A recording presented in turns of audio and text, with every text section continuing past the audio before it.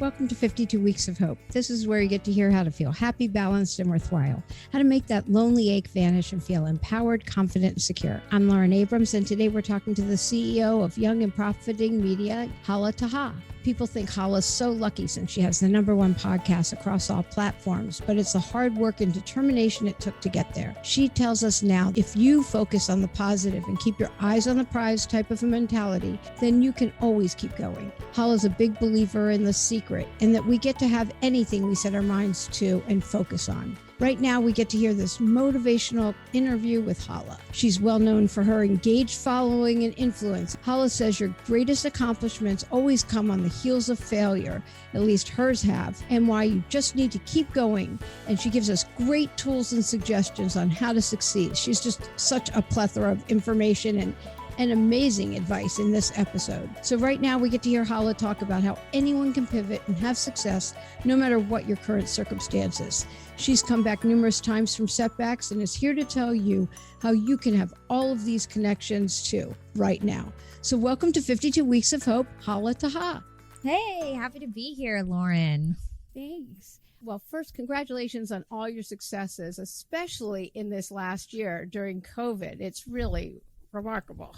Thank you. Yeah, I mean, it's been a crazy year. My family actually was impacted by COVID, and it could have been the worst year of my life, but I turned it around to be the best year of my life. So it's been really exciting.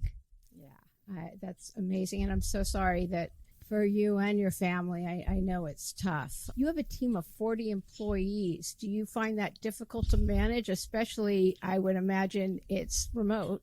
Yeah.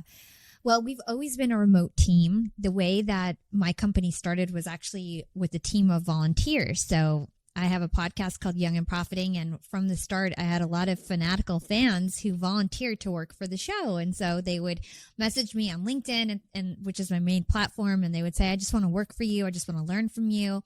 And so I started a Slack channel way back when, almost 3 years ago. And that was the start of YAP Media. It was me just deciding to start a Slack channel where I would invite all these volunteers. And then now these volunteers are team leads and they get paid, and it's a whole different ball game these days. But when we were first starting, it was just people working for free, volunteering, and they were all over the world, from Estonia, from Georgia, California, UK, you name it. We had people everywhere just working for free on the podcast, and it's always been a global remote team. That's amazing, because I use Slack for my law practice, but just within the law practice or clients once in a while for just a discrete period.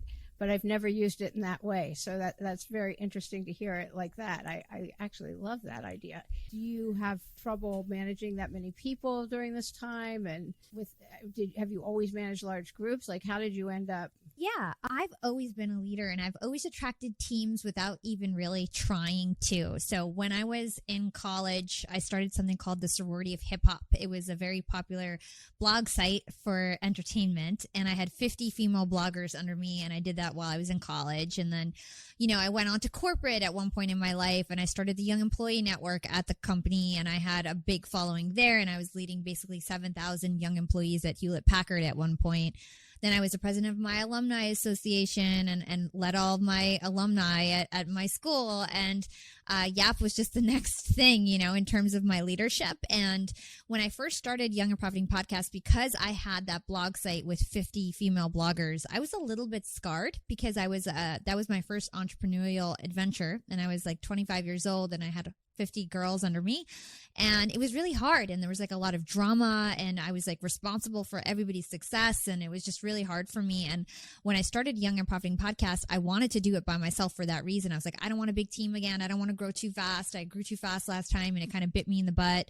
And this time I want to do it totally by myself. I just want it to be me. And then now I have 40 people on my team. So it's like, it just happens, I'm a really motivational person. And I also love to teach, which is why I do office hours and things on Clubhouse, which is why maybe how you even found out about me, right? And that kind of a teacher mentality, I think, just attracts a lot of people who just want to learn and be under my wing. So how do you avoid the drama today? Well, first of all, I'm older, and so I know how to not instigate drama myself, and also just like kind of keep the cool. And the way that I avoid drama is having really good processes. We're all about systems and processes and making sure everybody knows what their responsibilities are. I have team leads in place that manage each work stream of my business. Our business is scaling super fast, and so I need to make sure that I have smart people who are leading each arm, and that folks have people to kind of connect with and talk to and vent to and get direction from. I also make sure that priorities are really clear. I also, hire really happy people. I have 4 H's, which is a requirement in terms of our values, and it's happy, hungry, hardworking, and hands-on. And everybody has to fit that bill. And if you don't, you leave. You know what I mean? And it's so everyone's super happy. And if we have a bad apple, they leave. And we don't really let rotten apples spoil the rest of the bunch at Young and Profiting Podcast and YAP Media. So it's all about having a really healthy company culture. I think it starts with the leadership. I set the tone in terms of our culture, and that trickles down to the employees, and everybody supports each other because we don't have that type of a toxic environment and we don't allow it. So really important to me in terms of company culture. And I think that's why my company has been successful, is because everyone is so happy working for me that it trickles down to the clients and the way that we treat our clients and the way that we go above and beyond. Do you have everything written out of like, these are our values, this is what we believe in? Do you have a vision and this is what we adhere to, and this is what everybody's responsibilities are? Or has it been kind of makeshift as you're growing so fast? How are you doing that? We're doing a lot of check-ins. So I don't have anything like documented, like this is our vision, this is what we believe in. Everybody knows our values because we talk about it all the time. But we have a lot of team check-ins, and I have a lot of one-on-ones, even with people who are lower on the team. I make sure that I have FaceTime with everyone, that I'm available to everyone, that their managers are available, and have some sort of a cadence in terms of getting feedback. I'm always asking people, like, what can be improved? What do you like? What do you dislike? What do you want to learn? Where do you want to go? And I'm really trying to tailor people to where they fit best in terms of their talents. And that really helps, because then people are happy because they're working on their goals and their ambitions. And, a lot of the people on my team are really young. We've got a lot of people under 25 working for YAP Media, and that's really young, and it's a lot of training and hand-holding. But we've got the programs in place and the talent in place to kind of guide these people on the right avenues. Yeah, but they work hard and fast. They're fast. Like, they get done. I love that whole generation. My daughter's a junior in college, so I know that generation, and I love hiring people like that. I know how great they are. I admire that. How fast you're growing is amazing. And I love how you teach and you're available and you're so nice and giving. Do you think you've always been this person who, people follow, or do you think you've grown into this? Yeah, I've always I love to teach, I love to give back, and I think it stems from my father. He was a very giving man, and he came from nothing and really just gave back to my whole family, pulled my whole family out of poverty, sent all of my cousins in Palestine to college, and he always gave back. And so I always felt like I started in this life with a major advantage. By the time I was born, my parents were well off, and, I got everything that I wanted in life. And so I always would wonder, like, how do I give back? How do I kind of make sure that other people get opportunities the way that my dad gave my cousins opportunities, and even his kids, so how do I give that back? And so I think it's just like this inner guilt that I grew up more privileged than other people, and I just really, really want to make sure that I help people level up their life and help people understand that life is limitless. And I've seen it all. I'm not one of those people who grew up with money and didn't see poverty. I would go to Palestine every summer and see what was going on, and it really impacted me in terms of like how I think about the world and how I treat the world. And so I just love to give back. It's a passion of mine, and that's why I started a Young and Profiting podcast. It had 100% pure intentions. I never thought I would monetize it. I didn't even purposely start YAP Media. It was all supposed to be a side hustle forever, and it just, one thing led to another, and it just blew up. But honestly, I started it with pure intentions. I want to be able to interview the smartest people in the world and provide actionable advice to all of the people listening. I felt like it could give me a platform to build my personal brand, but at the same time, educate all these people and help people. And that pure intention was evident from the start, which is why I had fanatical fans, which is why people worked on the podcast for free, for the vision, for the mission, and why we ended up growing so fast. And now, we're one of the most popular podcasts in the world. I'm top 1% in terms of my downloads and rankings. So pure intentions can go a long way, I have to say. You believe in the law of attraction. I've heard you talk about that. Do you want to discuss that a little bit and what it is that you visualize, if that's how you use the law of attraction? Yeah, so the law of attraction is something that I've always believed in. It's something that I really tapped into once I was 19 years old. I was in college. I had a bad breakup and I was trying to get out of it and get in the right mental state. And that's when I discovered the law of attraction. And up until that point, I was pretty damn average. You know, I other than singing, I had no talent, right? I didn't think I had a talent. I was always like but yeah, go. I was always like a B plus student. Like I was never even an A plus student. I just was not a star. You know what I mean? And nobody, if you even like mentioned my name to people who went to high school with me, it's not that I was a loser or anything like that, but I don't think anybody expected this from me, right? And it's because I was Palestinian, and when I was in high school, that was 9/11 was still fresh, and I think that I didn't get a lot of opportunities for that reason, and so I think that's part of it. Because I may have been talented, but I was like rejected from everything. They wouldn't even let me on the talent show, that's a whole other story. But it's like I was really kind of penalized for my nationality in high school. And when I went to college, it was all different because I went to Newark. I was in NJIT. I was in Newark, New Jersey, super diverse area. All of a sudden, I went from being like average to like the most popular girl in school and captain of the cheerleading team and lead of the play. And then I got into the law of attraction and I landed this internship at Hot 97, which was huge. It's like the #1 hip hop and R&B station in the world. I then dropped out of school, became Angie Martinez's assistant for 3 years, hung out with celebrities, dated Chris Brown. Like I was like rocking it. And everything just skyrocketed once I got into college. And I think it was due to the law of attraction and then also due to people just starting to say yes to me. I was so used to people saying no to me, you know. In high school, like I said, I tried out for the volleyball team. They said no. I tried out for the cheerleading team. They said no. I tried out for the talent show. They said no. Like they didn't give me any opportunities. They wouldn't give me opportunities because of my name, because I was talented in terms of my singing abilities and things like that. They didn't want to give me a chance. I went to college and I had no fear of failure because I was so used to people telling me no, but I still had that drive in me. So I just went after it. I ran for class president. I decided I wanted to lead my sorority. I decided I would try out for the cheerleading team and all these things. And I just started getting the yeses, and then the momentum kept happening. And then one thing led to another. I launched the sorority of hip hop, and then MTV wanted to film us for a reality TV show. So I went from like totally average to like this girl that everybody was like, how did you do this? Like, how did this happen? How are you working at Hot 97? You're so young. How are you getting a show on MTV? How did you build this website?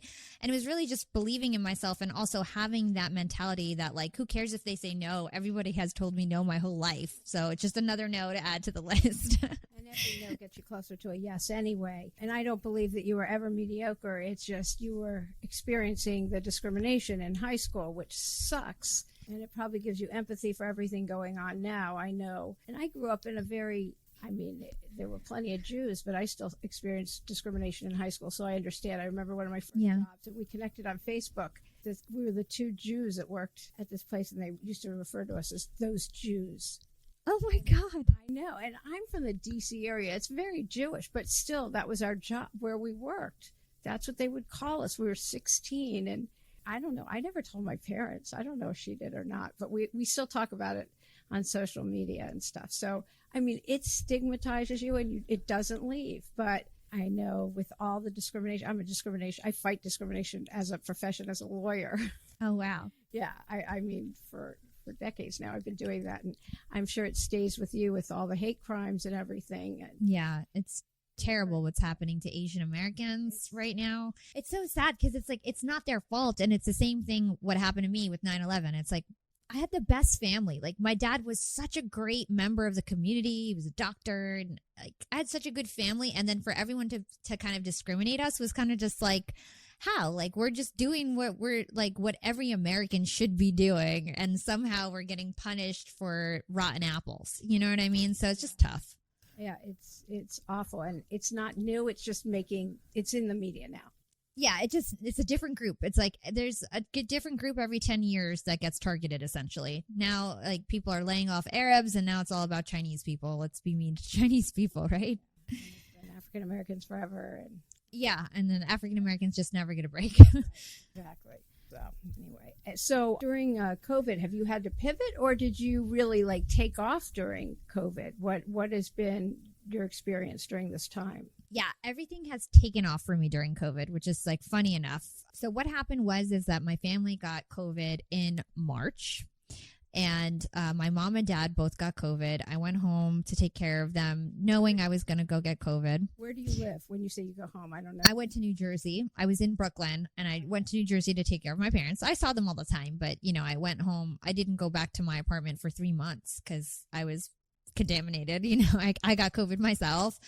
My dad ended up passing away, and he passed. So sorry. Yeah, he passed away in May, and actually, while he was in the hospitals, when I started YAP Media, and we weren't allowed to see him in the hospital. I was Zooming him every single day, but it just happened. It's so weird how it all happened. It's like my business just skyrocketed in April, May time. My downloads basically skyrocketed. I used to get like 4,000 downloads a month. Now I get like 12,000 downloads a day on a regular day. And that's not launch days, and it's just crazy that like things have grown that much.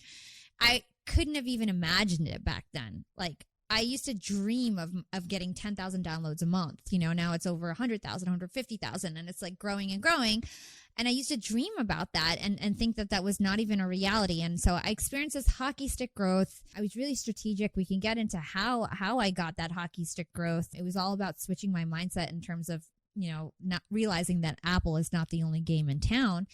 And, I started YAP Media. I blew up on LinkedIn over the past couple of years. Like that's something that that's been going well for a long time.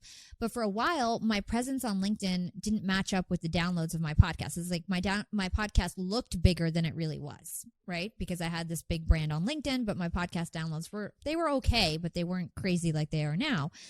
And what happened is that I just started taking social media clients. What I found is that people would come on my podcast and they would always ask me after they came on, who does your marketing? Your marketing's so amazing. And Heather Monahan came on, and she's a confidence expert, the world's like #1 confidence expert. And same thing. She was asking me, who does your marketing? Your LinkedIn is amazing. And she's a LinkedIn influencer too. And so I started just being friendly with her, taking calls. Then she was like, Hala, I want to be your first client. You can't say no. What you have is as good as Gary Vee. I've been behind the scenes with what Gary Vee does. She's like, you've got a whole team. You've got to monetize this. Like you have a team of volunteers. You could just hire them. I'll pay you. Let's go. And I was like, okay, fine. I'll test it. I'll do your micro content videos. That's all I'm going to do. Then that led to me taking over all of her LinkedIn copy and then actually posting it. And then that led to, doing her show briefs for her podcast and her bookings. And then all of a sudden I was taking over everything Heather Monahan, and she was my first real client. Then that gave me even more proof because Heather's a huge influencer as well. Then I landed my next client, and it was like a 30K retainer, monthly retainer. And I was like, oh shit, now I can hire so many people, like let's go. And it just kept escalating. And now we're just known to be this white glove, social media podcast marketing agency for major CEOs, celebrities, podcast influencers. And we have like 9 clients, and it's, we take 1 to 2 big clients a month, and team has scaled to over 40. And just to give some people, I was working at Disney full time. Like this wasn't this was a part-time gig that I scaled to 35 employees. Some people had quit their jobs before I did. I had people who had quit their full-time jobs who were volunteers before I did. And then finally I pulled the plug and I became a full-time entrepreneur February 1st. So I scaled this business super fast while working full-time. So it's only been a year and 6 months. Wait. I guess it's been almost like June was when I really started YAP Media. That's amazing. I love that. So there you go. Law of attraction. Yeah. It's like I just decided I was going to do it. And, the key is the social proof. The key is that I had built brands already. I built YAP, and everybody wants to be YAP now. And so I have that social proof. And that's why the demand for the marketing agency is so high. Because this is about hope and how did you get over your hard time? So your father passed away. How have you and your family dealt with that? Is your mom okay? Yeah, my mom is doing okay. I guess the way that I've made that into as much of a positive experience as possible. I mean, like, just so you guys can understand. First of all, I was so close to my dad. Second of all, he died in a hospital by himself and was alone for over a month. And all I had was Zoom calls. So I'd be at work at Disney and like singing to him on Zoom in between my meetings. And like, it was terrible. It was so traumatizing. And they wouldn't let us visit him. And we were like begging to visit him.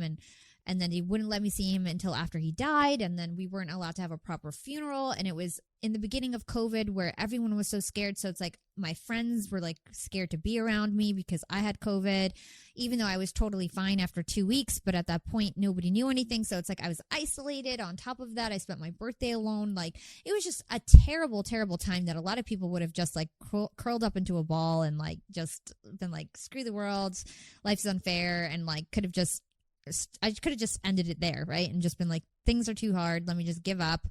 But instead, I just tried to be like, you know what? My dad wouldn't want this to happen. My dad always believed in me. My dad always wanted me to succeed. And let me like use his death and sickness as almost like motivation for me to understand that life is not, finite. There is a time limit to our life, and it's now or never. And I felt like I've grown this brand on LinkedIn. I've got great content. I'm either going to turn up or turn out, So I just decided, let me just turn this all the way up. Let me shoot my shot every chance that I can get. And people just started saying yes and supporting me. Everything just really turned around. And I think I had the foundation for a long time. I was working hard for a long time. I was side hustling for 2 years. But then it was just this like inflection point where I just turned it up a bit, and then everything skyrocketed. Maybe your father's looking out for you. Yeah, and it could also just be my dad is just like pulling all the strings and making it all happen, because as soon as he died, I landed Podcast Magazine cover and all these things. And it was like, as soon as he passed away, I got a TEDx booked, like all these things. Matthew Mcconaughey came on my show. So he might be up there pulling some strings too. Well, you talk about the bright side of failure, which some people might think, what are you talking about, the bright side of failure? Do you want to explain that? Yeah, I mean, there is a bright side of failure because every failure is an experience. I often talk about this thing called skill stacking, right? So the reason why my podcast is popular is because I've stacked up so many skills over the years. And Young and Profiting Podcast is not my first show. It's my 5th show. So when I was working at Hot 97, I had online radio shows. When I had Strawberry Blunt, the sorority of hip hop, we had online radio shows. I had a YouTube show. I had a Facebook show. I had many shows under my belt. And so I knew how to produce a show. I knew how to audio edit. I have marketing experience, corporate marketing experience. I built many social media pages, not necessarily for myself, but for other businesses. And so I had all those skills under my belt. I had written over 1,000 blogs from my blog site. I had leadership experience. I had all these experiences. I put them all together. I decided I'd start a podcast, which it was my first podcast, not my first show. It was my first solo show. It was my first business-oriented show. All my other shows were about music and entertainment before that. It was the first time I ever marketed anything on LinkedIn. So there was a lot of firsts, but it was all backed up by a lot of failures and experiences. And it's like each one of those failures was like experiences that I stacked up over and over and over again. And then now I basically launched YAP, and it was like that was the magic bullet that had all the things that I'm good at in one, like packaged up. All the failures that I had and experiences that I had, I basically was elevated over everybody else who launched a podcast at that time because I had so much experience to kind of lean on, right? And experience matters. And when you start from experience, you don't start from scratch. You don't start from zero. When you start after a failure, you don't start from scratch. You start from experience. And that's really important to keep in mind. Yeah, that's so well put. And I just wrote a blog, I just put it up yesterday about, are you using your experiences to help other? And I can absolutely vouch for the fact that you do. You are so out there helping everyone who needs help and has questions. And it's fabulous. You talk about skill stacking and your strategies, and you share everything, all your experiences with others. And it's so great the way you do that. And I love that you learned that from your dad. Thank you. Yeah, I think that's really great. Do you have a favorite interview that you've done during COVID? Do you find that they're different during COVID than they were before? There's a couple questions in that, I know. So Yeah, I don't find that the interviews are too different. I've always pretty much done virtual interviews. Before COVID, I had a studio and I was just getting it ramped up, and I interviewed Ryan Serhant in person right before COVID happened. And I was going to do, Chris Voss was going to come in person. So I had a lot of in-person things lined up that I had to cancel. And, I definitely am excited for COVID to be over, because now that YAP is so big, like I can only imagine what our studio is going to be like. And I'm so, so excited to have like my YAP logo, and I'm building that out right now, like a whole wooden backdrop with lights and all that stuff, which it's like a birthday present for myself. So I'm so excited about that. But in terms of the video, like I've been doing virtual for a long time. My favorite interview, I think, it's tied between Tim Story and Matthew Mcconaughey. I had Tim Story on my podcast, and he is super motivational, inspirational. We had a great conversation. My dad was brought up. We were like both crying, and it was like a lot of our listeners were really into that episode and were really touched, because he actually lost his almost his whole family in a car accident when he was younger, and it was just a lot of stuff to talk about. And Matthew Mcconaughey came on my show, and he's a huge celebrity, and everybody was so impressed with that interview. Even though he's not my first celebrity interview, it was such a big name, and it just, a feather in my hat to be like, Matthew McConaughey came on my show, right? So that was just exciting in itself, and he's so humble, and I felt so blessed that he came on the show, and he even promoted it, so it's just awesome. Yeah, that is very fun. What's the most common question that you're asked? I am always asked a lot about like how to start a podcast, how to grow LinkedIn. I'm asked a lot about my journey, about my failures, rejections. So all those things. A lot of the things that you ask is stuff that I'm often asked, but you definitely ask different stuff too. I just wonder, when people meet you and you tell them what you do, what's the most common question? Yeah, it's usually like, how did you grow your podcast, or like, why did you start your podcast, or is it too late for me to start a podcast? The other thing that I get, honestly, is like, how do you get so lucky? And I want to be like, 10 years of hard work is how I've gotten so lucky, So I get that a lot too, where people don't realize that it has not been an overnight success. I always tell my kids, we're the lucky family. They think I'm crazy, but yeah, it's all a mindset. Everything's a mindset. Yeah.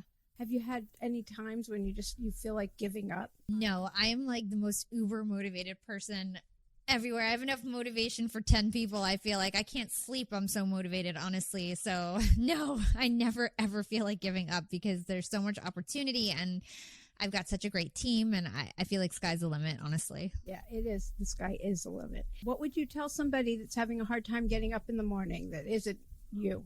Yeah. Okay, well, I would tell them, you need to start bringing things into your life that make you feel fulfilled. You need to start thinking about where you're spending your time, track your time.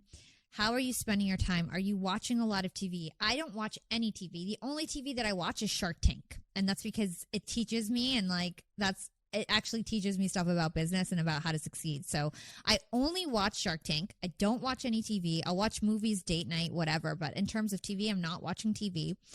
And I fill up that time with fulfilling things, whether that's going on Clubhouse and networking, or whether that's going and doing a spa day or something that I enjoy personally. I love to shop. I love to look nice. I love to get a massage, you know what I mean? So it's like I do stuff that I like personally, get my nails done. And then I have a lot of passion because, and here's the thing. I'm an entrepreneur now, so a lot of people listening probably have a job, or they're busy moms or whatever it is, and they're probably like, oh, well, of course she's happy, she's an entrepreneur. But no, I was side hustling for 3 years. I was an executive at Disney and HP, working a side hustle, following my passion, which was my podcast. And honestly, I did not like my corporate jobs. Yes, I was doing well, and some parts of it were interesting, but in general, that's not where my passion was. So that's why I started my podcast, so that I could feel fulfilled and happy and full, And so if you're having trouble waking up in the morning, even if you have a job that you have to keep sustaining yourself, try to find a passion, whether that's a hobby, have good intentions about it. Don't even try to make money off of it. Just have a hobby and then see where it goes, and just get better and better at it. Whether that's starting a social media profile, maybe that could be your hobby, or learning how to, bake, or whatever it is. Just do something that makes you feel excited and have one thing that you're excited about the next day. Just one thing, 30 minutes, a workout class, whatever it is. Pick one thing a day that you can be excited about, and it doesn't have to make you money. So good. Do you have any spiritual practices that you do on a daily basis? You know what? When it comes to like meditation and being spiritual, I don't do any of that. I know that's like, I shouldn't say that. I probably should pretend I meditate or something, but I don't. You know, I really don't. I just, I know what my top 3 priorities are of the day. I try to write that down in the beginning of the day. I call this a to-do list because it's realistic. I don't have 10 things. I have 3 things that I have to get done. I'm a busy, entrepreneur with 40 team members. So I just pick the 3 major things. And in terms of like keeping myself grounded, I love to work out. I tend to end my day with a workout where I'll basically block out 7 to 8. And it's mandatory that I take time to do like a virtual workout. Usually it's like a dance class or something. And it just like gets me moving, gets me in a great, vibe, and also energized because my team, half of my team is overseas. They're in the Philippines and India. And so their day starts around 9. And I kind of need to be re-energized for whatever meetings I have 9, 10 o'clock to take with the team. Yeah. Who do you follow? Who are your mentors? I have a lot of mentors, and podcasting is amazing because I actually get to speak and get to know my mentors, and and it's not just like these like people who I follow on social media. They become my peers and my friends and my clients. And so Jordan Harbinger is a #1 podcaster, and he was my mentor from afar for a long time. And now we're like business partners selling media ads for podcasts together and talking once a week. So he's become my real mentor, and he started out as a podcast guest, and that's how that evolved. And also I served him. I did him a lot of favors to try to get him as my mentor. I introduced him to guests for his show. I wrote ad copy for his podcast reads, and I just like kept throwing him into blogs that I was being featured on. And then he was like, finally, like, okay, Hala, like, let's talk more. Let me teach you some stuff. Like, you definitely paid your dues. And so now Jordan Harbinger is my mentor. Heather Monahan is one of my mentors. Like I said, she helped start my business. She pushed me to start the business. She was my first client. And honestly, a lot of my clients become my mentors. I know it's funny, like I mentor them on social media and podcasting, and then they mentor me on the business side because they're all typically like really, really successful CEOs. And part of the reason why they want to work with me is because they see the potential. So it's really fun. Hosting a podcast is amazing because you just build this incredible network.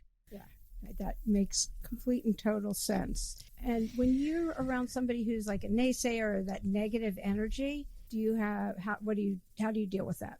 So negative energy is a good question. I try to just let that roll off my back. And here's the thing. I feel like when you have good karma and you treat your community well, I'm very much so like active in my own community. So on LinkedIn, I'm one of the biggest influencers, but I'm still responding to comments. I'm still responding to DMs. I'm taking the time to do that.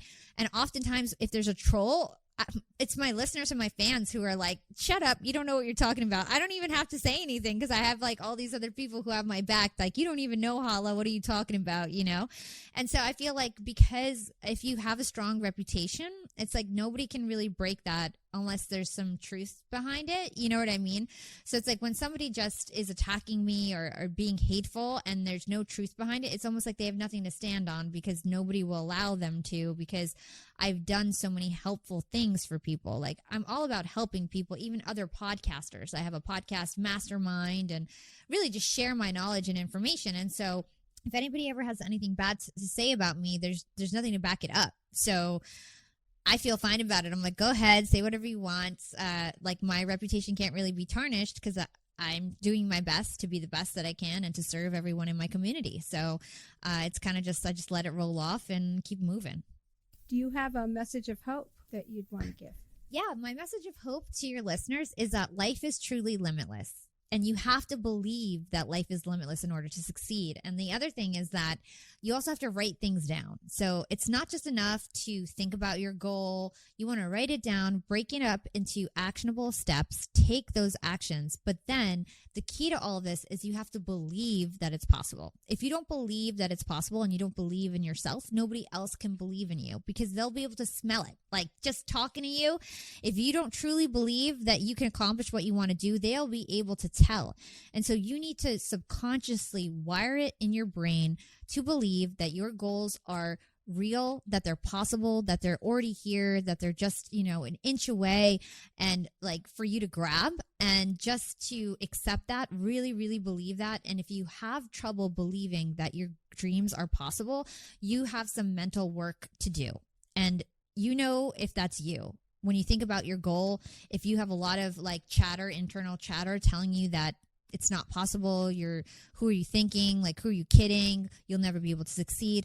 You probably need to do therapy and things like that to like get out of that mindset, because you'll never succeed with a mindset like that. I truly believe that I will be the biggest female self-improvement podcaster.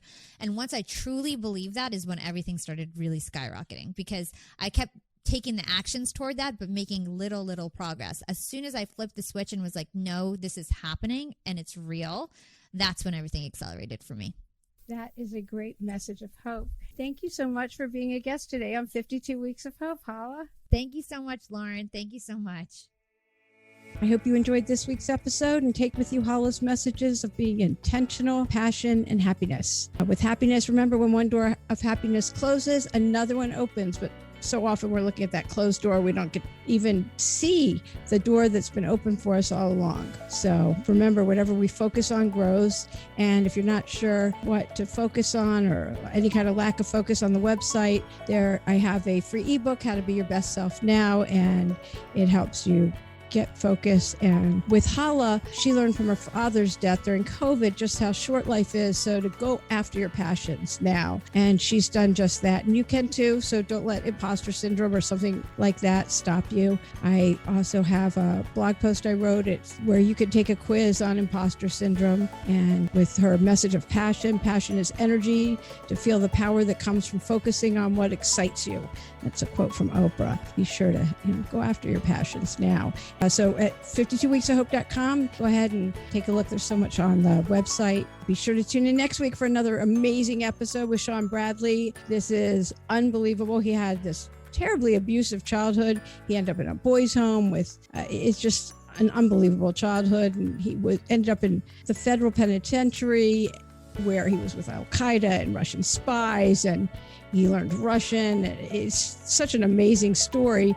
But when he came out, he ended up working at this car dealership, and his career took off. He went from having no options, no plans, no hope, and he got out of prison and he put his other skills to a better use, and he went from having nothing and hitting rock bottom to becoming a multi-millionaire with a huge platform of influence.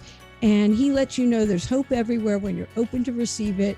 He gives back tremendously and offers so many tools how you too can succeed in so many areas of your life. It is such a great episode and so much fun to listen to. Even my editors commented that this is great, which I agree, definitely a must listen. So if you're on Clubhouse, come and see me. I have the Hope Club on Clubhouse, and please follow the podcast. Leave us a positive review. Tell 2 of your friends about it.